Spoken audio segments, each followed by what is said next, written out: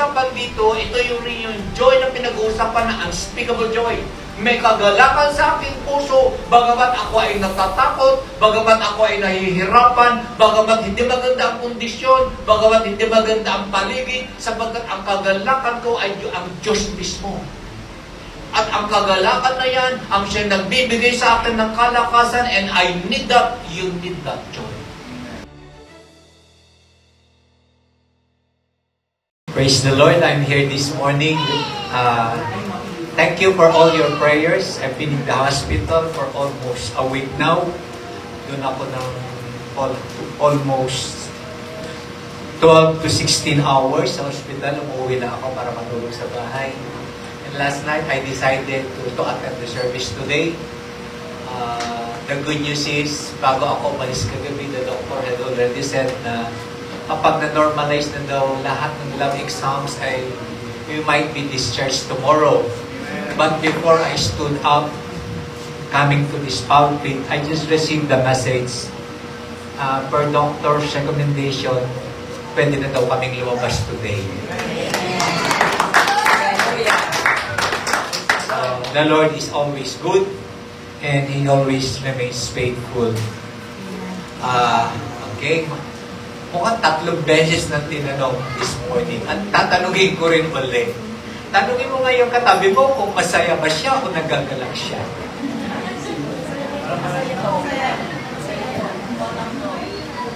Hindi, tanungin mo kasi I want an answer. Yes. Okay. Mag-check ako. Weng, anong sinagot ng katabi mo? Kayo. Bakit? Naniwala ka naman. Ganun. Ano kaya ang reason kung bakit siya masaya o nagagalak? Hindi. Huwag mo siyang tanungin. Ano kaya ang reason kung bakit siya masaya o nagagalak?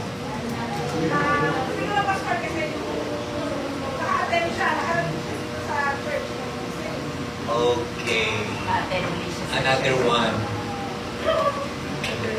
Sige. Ikaw, CJ, bakit? Ito ang gusto kong sagutin mo. Nagagalak ba yan o natutuwa siya? Ano ang sagot? Palagay mo, natutuwa siya, nagagalak siya? Natutuwa. Okay. Jinky, katabi mo yung asawa mo, natutuwa o nagagalak?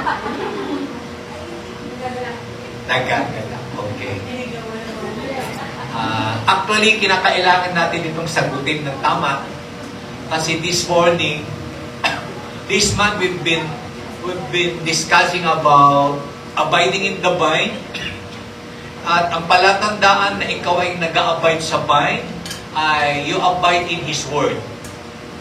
At one of the ways na you are abiding in His Word ay nararanasan mo yung tinatawag na you abide in His peace. Nananatili ka sa Kanyang kapayapaan. But this morning, I think Pastor Romel had already teach these things. Ina-emphasis naman ngayon yung first, sige, John 15 verse 11. My message today is abiding in His joy. But this time, I believe the Lord would wanted to speak some more on these things. Sabi niya, these things I have spoken to you that my joy, very clear siya, kagalakan ng Diyos ang pinag-uusapan dito, may remain in you. Remain and abide are just one word. So, abiding in His joy. And that your joy may be full. Okay? Magkahiwalay po yung dalawang yan. You remain in His joy, and that your joy may be full. Nais ng Diyos na ang kagalakan na mararanasan mo ay hindi lang ay yung tinatawag ng Bible na lubos na kagalakan. There is such thing na lubos na kagalakan. God does not want you to just be joyful. God wants you to experience yung tinatawag niyang lubos na kagalakan. So So who wants the fullness of joy of the Lord? Amen. Okay. Madaling sabihin na nag-aabide naman ako sa vine, nag-aabide naman ako sa kanyang salita, nag-aabide naman ako sa kanyang kapayapaan, nag-aabide naman ako sa kanyang kagalakan. But the question is, alam mo ba ang totoong kahulugan ng salitang kagalakan? Because in so many ways, the word joy had been kinurap ito ng mundo. Kinurap ng mundo ang salitang joy na ang tingin mo ay kapag hindi ka nakikitang maayos na kangiti, ay hindi ka joyful.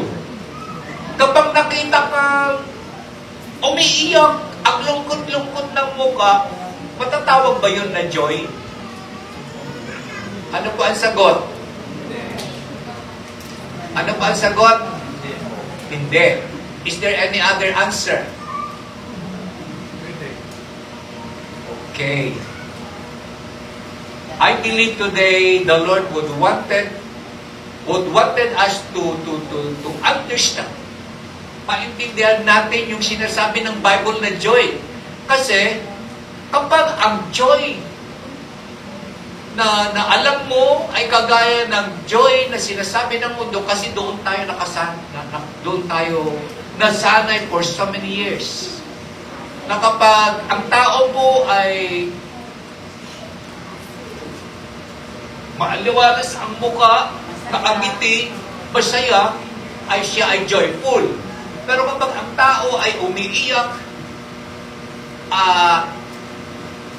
mabigat ang loob, ay ang sabi natin, that is not joyful. Okay, let us allow the word to speak to us.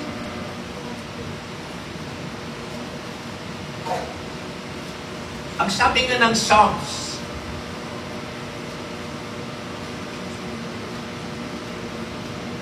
unahin muna natin, 1 Peter chapter 1 verse 9.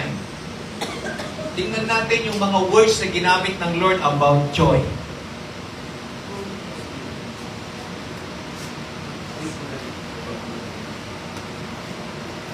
1:8. Ayan. Though now you do not see Him, yet believing you rejoice with joy inexpressible and full of glory. Mayroong binabanggit dyan na inexpressible joy. Sa Tagalog po ay o kaya sa ibang translation, unspeakable joy. Hindi daw ma-explain. Hindi daw, there is no, parang hindi mo pwedeng i-define yung joy na yon. Kasi yung joy na yon ay ang joy na binibigay ng Lord sa atin. Yan ang nais ng Lord na meron ka. Inexpressible or unspeakable joy. Yung katabi mo, masaya siya, pero hindi niya alam kung bakit siya masaya. Meron na bang ganon? Kasi ang sabi ng mundo, kapag ang katabi mo ay masaya, pero hindi niya alam kung bakit masaya siya, ang sinasabi ng mundo, may tililing yan. Tama po ba? Pero bakit sinasabi ng Lord, unspeakable joy? Kagalakan daw na hindi mo ma-explain. Pero ang sinasabi ng mundo, kapag nararanasan mo yan, ay meron kang meron kang sayad. Ano ba talaga? Diba? Dapat maging klarado tayo dito. Kasi baka mamaya, nagre-remain naman ako sa joy. Pero yung joy pala na alam mo, ay joy ng mundo. Ay naka-remain ka pala sa mundo. Are you getting, church? Kaya kailangan ko maging klarado tayo dito kasi ang sinasabi ng Lord na remain in my joy ay yung joy na sinasabing unspeakable joy. Pero kapag ang tao po ay meron siyang unspeakable joy, sinasabi mo naman nagtililing. may tiniling na ata ako kasi masaya ako pero hindi ko alam kung bakit. O, tingnan mo. Kaya ano ang magiging decision mo? Ay, ayoko nito. You don't want to remain. Tama po ba? You don't want to remain in that joy. Why? Because in your definition, that is not the joy of the Lord. Pero ang sabi ng Lord, remain in my joy so that your joy may be in full. Kaya pala kadalasan, hindi mo nararanasan ang lubos ng kagalakan kasi hindi mo naiintindihan yung salitang kagalakan na sinasabi ng Bible. And in fact, sad to say, you reject that joy. Kasi nga, nakasanayan ng kaisipan mo ay yung sinasabi ng mundo. Kaya nga sabi ni Pablo, pagkatapos mong ialay ang iyong sarili bilang handog na buhay, dapat magkaroon ng pagbabago ng kaisipan. Let there be a renewing of your mind. Ang mga salita dapat na gagamitin mo ay mga salita na kung saan ito ang sinasabi ng Word of God. Kasi sinasabi natin, remain in my joy. Pero, ang sabi ng Bible, unspeakable joy daw yun. It could never be explained. Parang wala kang words na mabanggit, bakit ka nga ba masaya? Kasi hindi mo naiintindihan, pero alam mo, masaya ka. Pero sinasabi ng sarili mo, sinasabi ng iba, may tililing ka. Kaya, nagdidesisyon ka, ay ayaw ka dyan. I will not remain there. Only to find out, yung palang dapat mong gawin, manatili ka dyan sa joy na yan. In order to experience the fullness of God's joy. This is one of the many ways that the enemy deceives us. We reject what the Word is saying. Why? Because we do not have a proper understanding of the Word. Tama po ba? How many times you reject that joy? Nakailang beses mo nang ayaw mo yan. Masaya-masaya ka, pero ayaw mong ang tawag mo kasi sa sarili mo, ay may tililing na ata ako, bakit ako masaya? Wala naman dahilan. Pero yun ang sinasabi ng Word, remain in my joy. Dahil yun po ay kagalakan na nanggagaling sa Diyos. And if you remain, kapag nanatili ka dyan, doon mo pa lamang mararanasan ang sabi ng Bible, lubos na kagalakan. Amen. Later on, I will testify to you na in so many ways, these are the deceit of the enemy because, sabi nga ng Bible, people perish for lack of knowledge. Hindi mo nararanasan yung fullness ng blessings ng God. It is because you reject in so many ways the Word. Alam mo nga yung Word, pero you define it in your own definition. Now, sabi ng 51 verse 12 and 13, actually, every day, this is my prayer to myself. Ang sabi ng salmista, restore to me the joy of your salvation and uphold me by your generous spirit. Bakit kaya sinasabi ng salmista, ibalik mo muli, Panginoon, ang kagalakan ng ako ay naligtas. Do you notice who has been here during the past 5 years? Pakitaas ang kamay. Amen. For the past 5 years. Napansin mo ba ang sarili mo nung first year kang nag-a-attend dito, first few months? Ano ang kakaiba nung first few months mo? Ang layo. Ang layo sa ngayon. Kasi nung first few months mo, tuwan-tuwa ka ng ka-attend, wala na tayo. Ang init-init nga. Pagkatapos ng service, basang-basa ka, lahat yan. Pero, balik ka ng balik. Tama ba, Eric? Yes, po. Balik ka ng balik. Ang daming kulang sa church na ito. Ang daming mong hinahanap na wala. Pero nakakapagtaka, nagdidesisyon ka palagi na ano? Bumalik at bumalik at bumalik. Sapagkat, yun ang tinatawag na the joy of the Lord. Walang reason. Wala ka maramdaman na bakit ka balik ng balik kasi nasa iyo yung joy of the Lord. Tingnan mo ngayon, naka-aircon na tayo, meron ka ng upuan, after that, meron pang glass. Pero in so many times, nagdidesisyon ka kung minsan, ay huwag kaya muna. Nasaan na yung kagalakan mo dati? Ganon ang sinasabi ng salmista. Panginoon, ibalik mo muli ang kagalakan nung ako ay niligtas mo. Yan po yung tinatawag na unspeakable joy. Kapag may mga reasons ka na sa sarili mo na parang ang hirap ng umatin, ang hirap ng mag-respond sa sinasabi ng Lord, ang ibig sabihin niyan, kagaya ng salmista, you have lost the joy of your salvation. You got to pray this. Panginoon, ibalik mo muli. I believe today many of us would have to pray this prayer. Lord, restore to me the joy of your salvation. That is my everyday prayer. Sapagkat ang tao, kapag nawalan ka na ng kagalakan, na ang kagalakan na yan ay kagalakan ng Diyos, it affects every decision that you will make.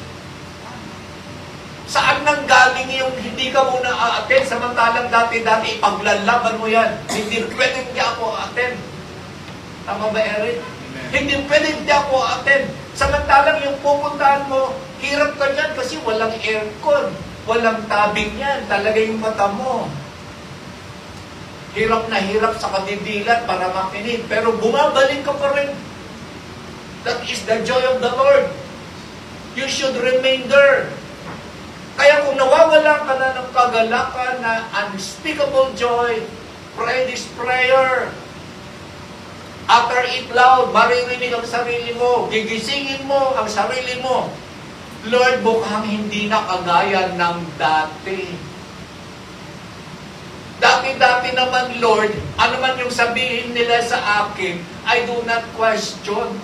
Nahihirapan ako pagpunta ko doon kasi parang church ng kawalan, pero bumabalik ka pa rin. It is because it is no longer you. It is all about the joy of the Lord that is in you. I believe today, this should be one of our prayers. Every time we feel something that challenges us in our church life, we should be praying, Lord, restore to me the joy of your salvation and uphold me by your generous spirit.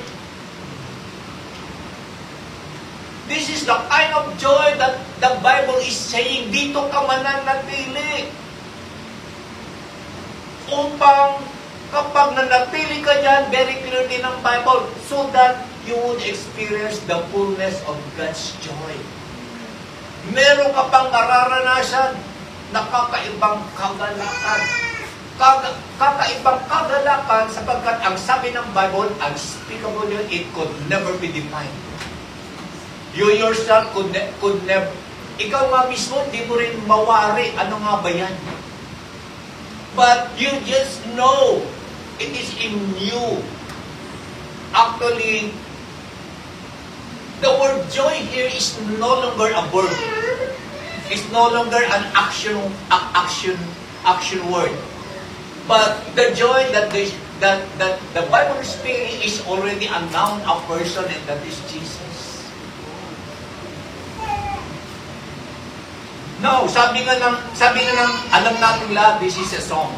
Nehemiah 8 verse 10. The joy of the Lord is my strength. Remember, kailan ito binanggit ni Nehemiah? Ano ba ang nagaganap kay Nehemiah yung binanggit niya ito?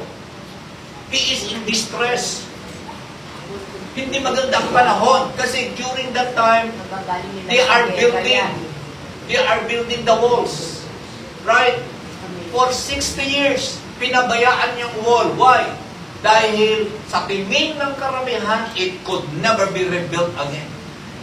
In fact, pinabayaan yan for so many years. Pero napaka-importante po yung wall na yan because that speaks of their security as a community. Nobody would wanted to rebuild that wall again. Unang-una, who will rebuild? Pangalawa, saan kukuha ng pagbibuild? Pangatlo, sino ang matapang? And in fact, only the brave men, only those people who knew their God, they stood up and volunteered themselves to build the wall. Pero as they are building the wall, there are so many opposition, there is war. Kaya nga po, kinakailangan naglagay sila ng mga bantay sa bawat poste. Dahil chances are, pagka-build mo, gigibain. So, i-build mo na naman. Plus the fact na walang sahod. Those are volunteerism. There are no tools. At saan man gagaling yung materials. And in fact, they are fearful of their lives because many people ay nag-rise up to go against them. Pero ang sabi ni Nehemiah, the joy of the Lord is my strength. Naiintindihan niya na he should be fearful. He should be afraid. At nangangamba siya, wala siyang maramdaman. Wala siyang maramdaman ni kapiranggot sa kanyang katauhan na kagalakan na sinasabi ng mundo. But he just knew. Ang sabi niya, the joy of the Lord is my strength. Ang joy na pinag-uusapan dito, ito yung joy na pinag-uusapan na unspeakable joy. May kagalakan sa aking puso, bagamat ako ay natatakot, bagamat ako ay nahihirapan, bagamat hindi maganda ang kondisyon, bagamat hindi maganda ang paligid, sapagkat ang kagalakan ko ay ang Diyos mismo. At ang kagalakan na yan, ang siya nagbibigay sa akin ng kalakasan, and I need that, you need that joy. You keep on going. You keep on going. Kahit nahihirapan ka, kahit hindi ka na makangiti.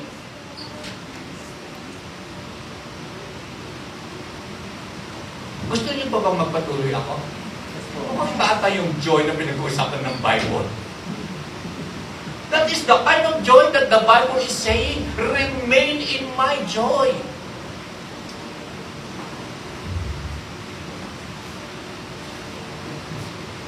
Pero ang sabi ng Hebrews 1 verse 9, I like this. He comforts us with this word. You have loved righteousness and hated lawlessness. Therefore, God, your God, has anointed you with what? With the oil of gladness more than your companions. It is God that anoints you. Pag sinabi, God had anointed you, that is a supernatural power that comes from God. At ano daw yung anointing oil na binigay sa iyo? It is the oil of gladness. Kagalakan na nanggagaling sa Diyos more than your companions, more than other people around you. The gladness that God is pouring in you is kakaiba dyan sa katabi mo. Kasi meron kaganapan o pangyayari sa iyong buhay na kailangan mo ng kakaibang kagalakan. Kaya nga po, We should never be comparing each other's lives. Meron kakaibang kagalakan ang pinur out ng Diyos sa iyong buhay. Na in spite of sa mga nagaganap sa paligid mo, nagaganap sa buhay mo, nais ng Lord na remain in His joy so that you would experience the fullness of His joy. One perfect example is Jesus. Sabi ng Isaiah 53. Ano ang sabi ng Isaiah 53 kay Jesus? He is a man of sorrow and grief. Gusto mo na mag-preach? He is a man of sorrow and grief. That is the description of Jesus in the Bible. Pero, when He was at the cross, anong sinasabi sa Kanya? Hinarap niya yan because of the joy that is ahead of Him. There is joy in His heart even though in times of grief and sorrow. Yan po yung tinatawag na ng mundo na ayaw ko niyan. Eh, saan ka ba naman nakakita? You are sorrowful and you are in grief, yet there is abounding joy in you. Ang sabi ng mundo, may tupak pa talaga.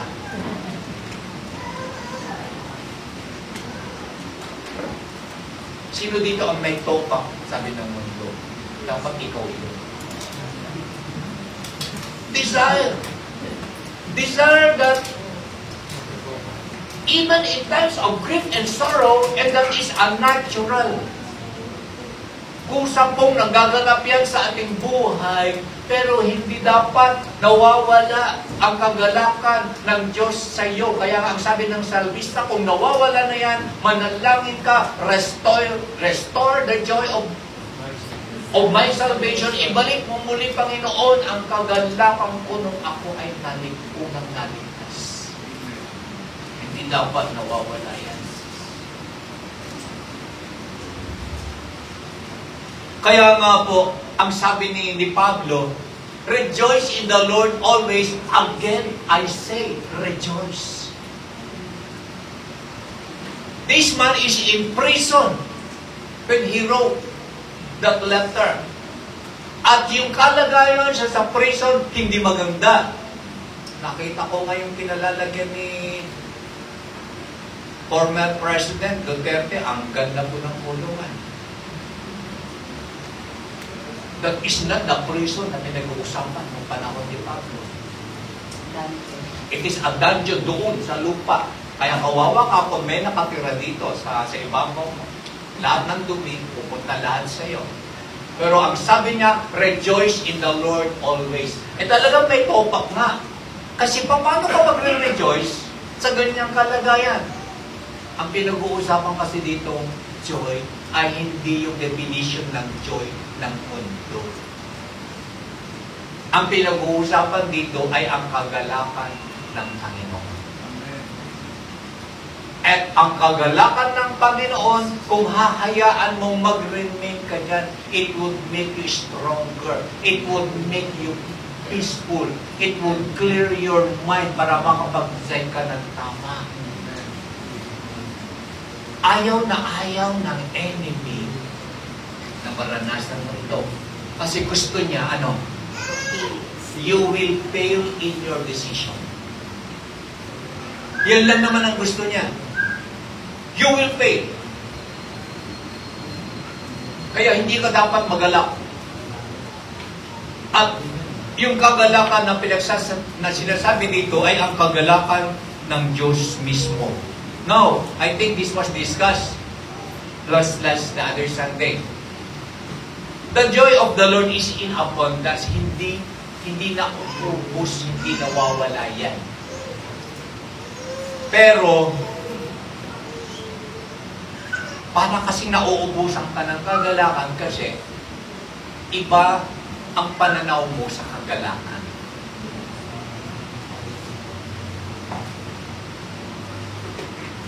Kadalasan kasi,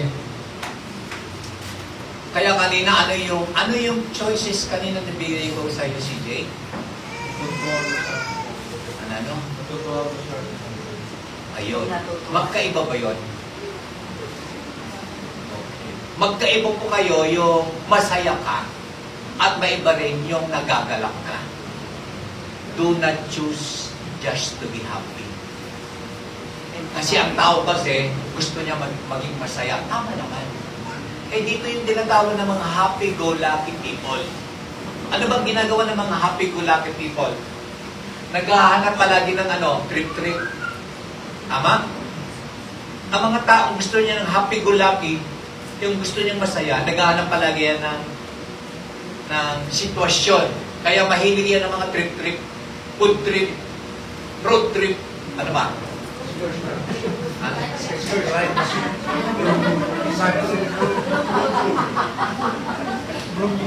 That is the world. Kasi, ang gusto, tama naman, gusto mong maging masaya. Pero remember, magkaiba kasi yung being happy and being rejoicing. Why? Anong pagkakaiba ng dalawang yan? Anong pagkakaiba ng taong isang masaya at isang tao na siya ay nagagalak? Can someone tell me? Sige nga. Tanungin mo nga ang sarili mo, ikaw ba ay nagagalak o ikaw ay masaya? You just don't know. Kaya tuloy, hindi mo rin alam na dapat kung saan ka magre-remain. Kadalasan, ang tao gusto niya mag-remain na masaya. Only to find out, hindi yun ang sinasabi ng Lord na mag-remain ka. Gusto ko na naman, Pastor, masaya. Oo, tama. Pero mamaya, pagkatalikod mo sa akin, pwedeng mabago. Tama? Pwedeng mabago. O sige, magbigay tayo ng example. Casey, ano kaya ang pwede mong hilingin sa papa mo na masasabi mo magiging masaya ka?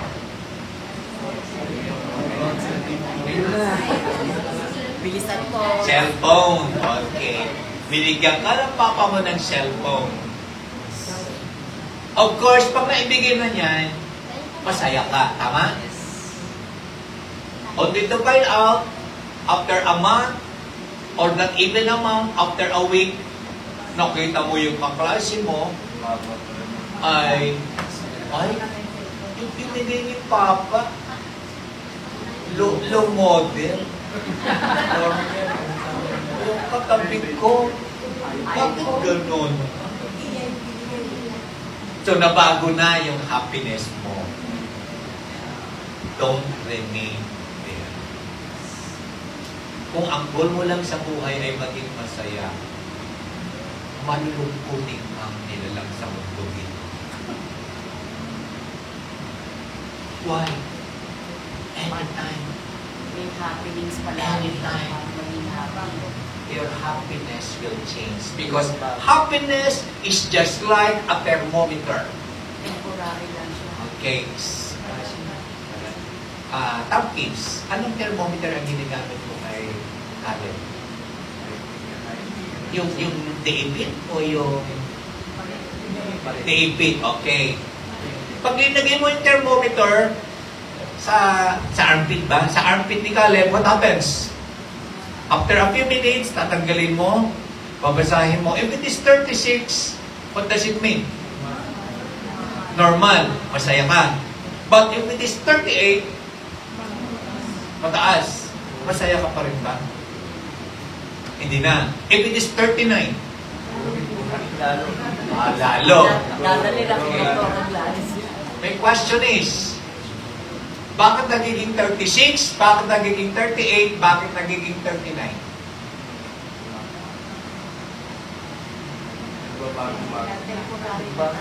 Bakit? Bakit nung una 36? Bakit nung naglagay ka ulit, Kailangan, bakit naging 38? Bakit naging 39? What happens? Bakit siya nagbago? Bakit nagbago? Sino ang nagbago? Yung thermometer? Katawan na. Ha? Ano ang nagbago? Yung katawan. Okay. Dapat maging clear tayo dito. Yung thermometer, hindi nagbabago yan. Nagbabago lang yan kapag yung pinaglapatan ay nagkaroon ng pagbabago. So, nagbago yung sitwasyon, kaya nagbago yung reading ng thermometer. So, ganyan ang happiness. Nakadepende ang happiness mo sa pagbabago ng sitwasyon, pagbabago ng taong kausap mo. Yan po ang happiness. Kung yan ang nais mo, ay ikaw ay isang thermometer. Pwede kang 36, pwede mamaya magiging 38. Pwede rin magiging 40 ka. Why? Bakit kaya pwede maging 40? Ha? Kasi yung kaharap mo, nakakabwisit talaga. Kaya magiging 40. O, kung nais mo maging masaya lang, you are a thermometer. Do you want to be a thermometer? Nakadepende palagi ang kagalakan mo sa sitwasyon. That is not the kind of joy that God is giving us. Ang joy po ay kagaya po siya ng thermostat. Okay. To those engineers, what is a thermostat? Chief. Controller po. Ayun. Control. Yung aircon may thermostat? Tama ba? Okay. Yung thermostat po ay siya ang magsasabi, tama po ba? Siya ang magsasabi ko ano ang dapat. Pag sinet ko yan ng 28, anong mangyayari? Halos mainit, halos walang nagbago. Pero pag sinet ko yan ng 23, lumamig na. If it is 20 or 18, medyo kinakailangan mo ng mag-jacket. That is the joy. You control. You set. That is the joy of the Lord. It is not just like a thermometer, nakadepende palagi sa sitwasyon. Ang joy ng Lord ay thermostat dapat. Siya ang magsasabi kung ano ang nararapat. Kaya nga po, mahalaga yung lesson natin about abiding in His Word. Naranasan ko po ito. Last dito lang. When I rushed my mother to the hospital, nakalagay kami, nagpunta kami sa ER. Naku po, sa ER po, every minute, ang daming tao. Kapag tinitingnan ko ang sitwasyon, mukhang hindi kami patitingnan pa ng doktor. Kasi sa dami ng tao, every minute dumarating, ambulansya, punong-puno. Kaya kailangan palabasin na agad yung ambulance kasi punong-puno palagi yung ER every minute. Ilan lang yung doktor na tumitingin. Eh hindi ka naman agad na in just 1 minute ay okay na yung doktor sa'yo. Kinakailangan, ang dami pa niyang tatanungin, ano ang nangyari, ganyan-ganyan, bago siya makapag-dis. Sabi ko, ano yung initial na pwedeng gawin sa'yo. Plus the fact that when I am in ER, naku po, patay dito, patay dyan. Yun ang senaryo mo. Mamaya-maya, yung katabi mo, hinihila na pala kasi namatay na. Yung kausap mo na malakas pa naman, mamaya-maya, umihi ka lang sa mandali, pagdating mo, pinatak na rin kasi nawala na rin daw siya. So that's the scenario. I found out one day. Kasi, I used to monitor my heart my heartbeat. Usually, kapag kalmado po ako, 80 lang yan. O 80, 85. Hindi dapat ako, pag 90 or 100, medyo hindi na maayos yung sitwasyon. So it tells me who I am. How do I react to situation? I was so shocked na after a day in the ER na ang gulo-gulo, daming namamatay, ang daming umaangal. Pagtingin ko, I could never believe it's 65, it's 70. Pagdating me, kalmado ang puso. May tiniling na ako, bakit pag nag-church ako, 80? Bakit nasa ER ako, 65, 70? Mas kalmado ako doon. Ang explanation, Eric. May tiniling ako, ano? Malamang sa alabang. I could never believe.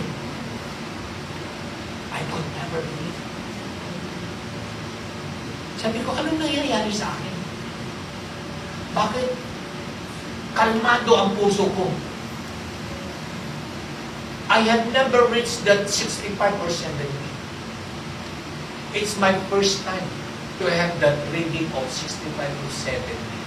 Ang ibig sabihin, kalmado at maganda tigtig ng puso.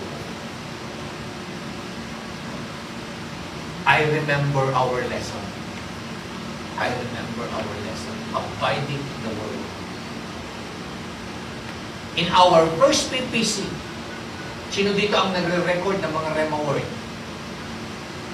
Sino dito ang yan ang sinasabi ko sa inyo. You need to memorize the Word of God.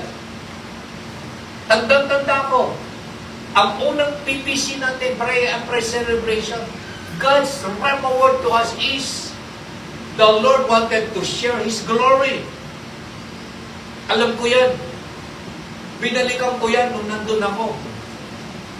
Lord, you told us na you want to share your glory with us, and your word tells me, Lord, I am seated with you in the heavenly places. So yung kinalalagyan ko ngayon, this is a place of the heavenlies. That makes me joyful in the Lord because it is no longer my joy. It is already the joy. Ang tingin ko sa sarili, sa sitwasyon na kinalalagyan ko ay kalangitan. Even though my eyes would tell me and my ears would tell me something is wrong, terribly wrong. But the Word of God tells me I should abide in His Word.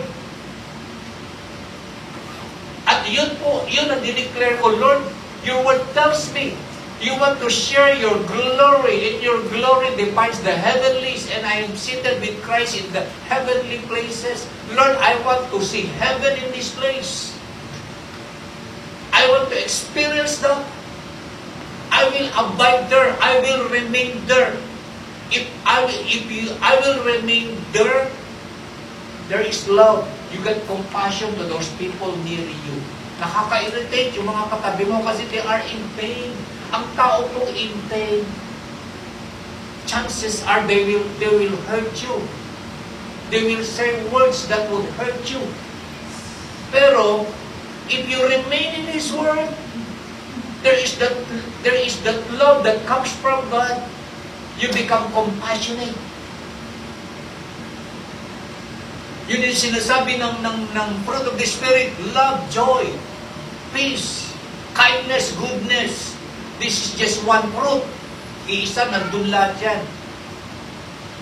Kusang magmamanifest yan, hindi mo na mamalayan. But there should be joy first in you, love and joy in you.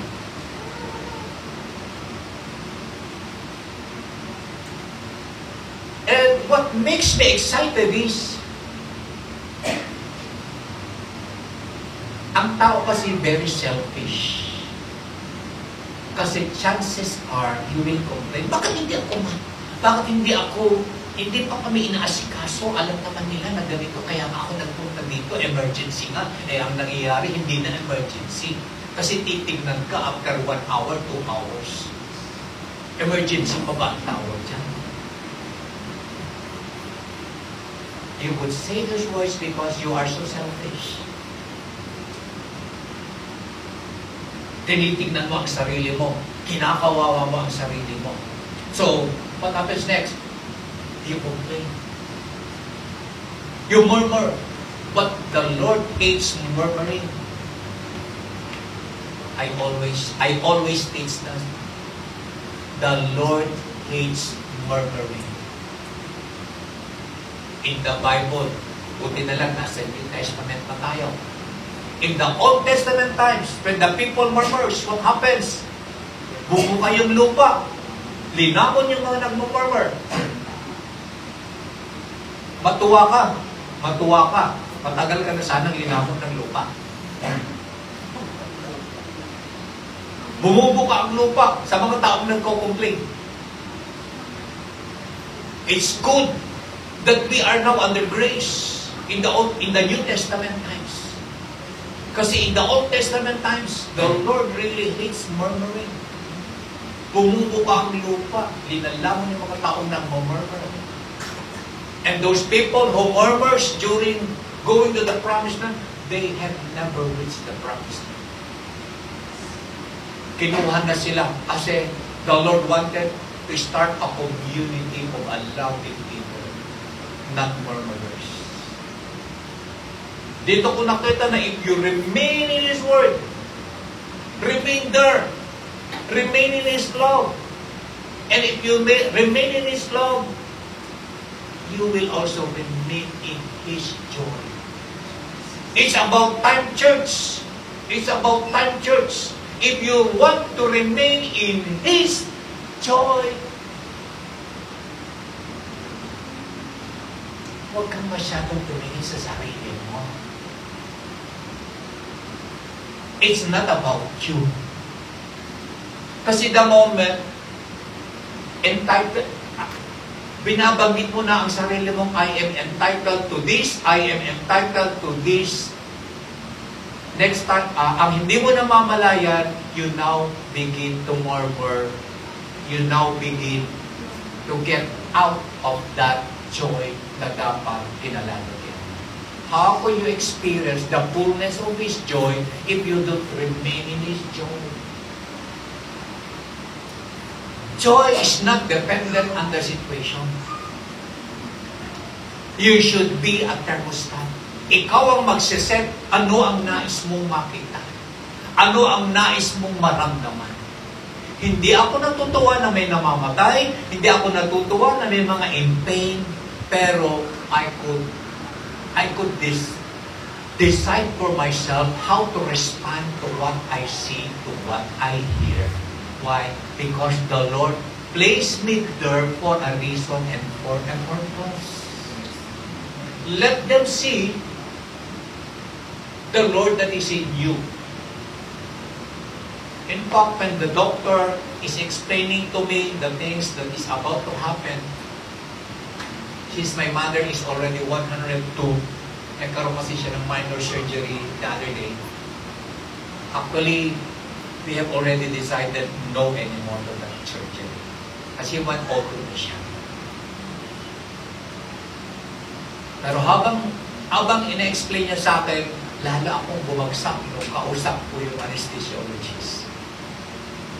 Bumagsak talaga ang puso ko. Kasi ang sabi niya, Sir, si mother is 102. This is our first time to treat such. Sabi nga ng puso namin, kung pag-practice ang din man lang, wag na. Which is tama naman. Kasi they do not know how to respond to a 102. That is the first time in that hospital. How to face a situation like that. Kaya yung anesthesiologist, in-explain niya sa akin, Sir, ako po si doktor, ganito, anesthesiologist. May concerns po tayo kasi may mga waiver na kaming pipirmahan. Ang dami kong pinirmahan na waiver.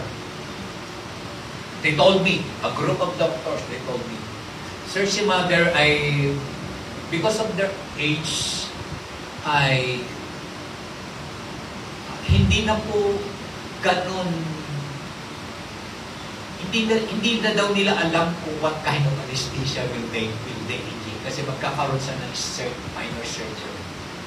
At inorienta ako kasi nung nagsabi kami ng yes, this is the reason why we came for, so we are saying yes. If it is now God's time, we are releasing her. But if it is not yet God's time, she will remain with us. So, I signed the waiver. And all my brothers and sisters agreed. So, sabi na ni Sir, okay sir, we are about to have the surgery in a few hours. I will just explain to you what would happen and the possibilities. Sabi sa akin ng sir, na anesthesiologist. Sir, kapag binigyan namin anesthesia, great probability na matagal siya pagkamalay. Natatandaan ko, nung na-opera ako, ang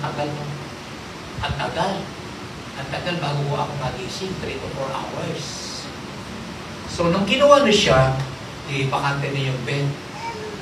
Natuwa ako kasi it's time for me to sleep.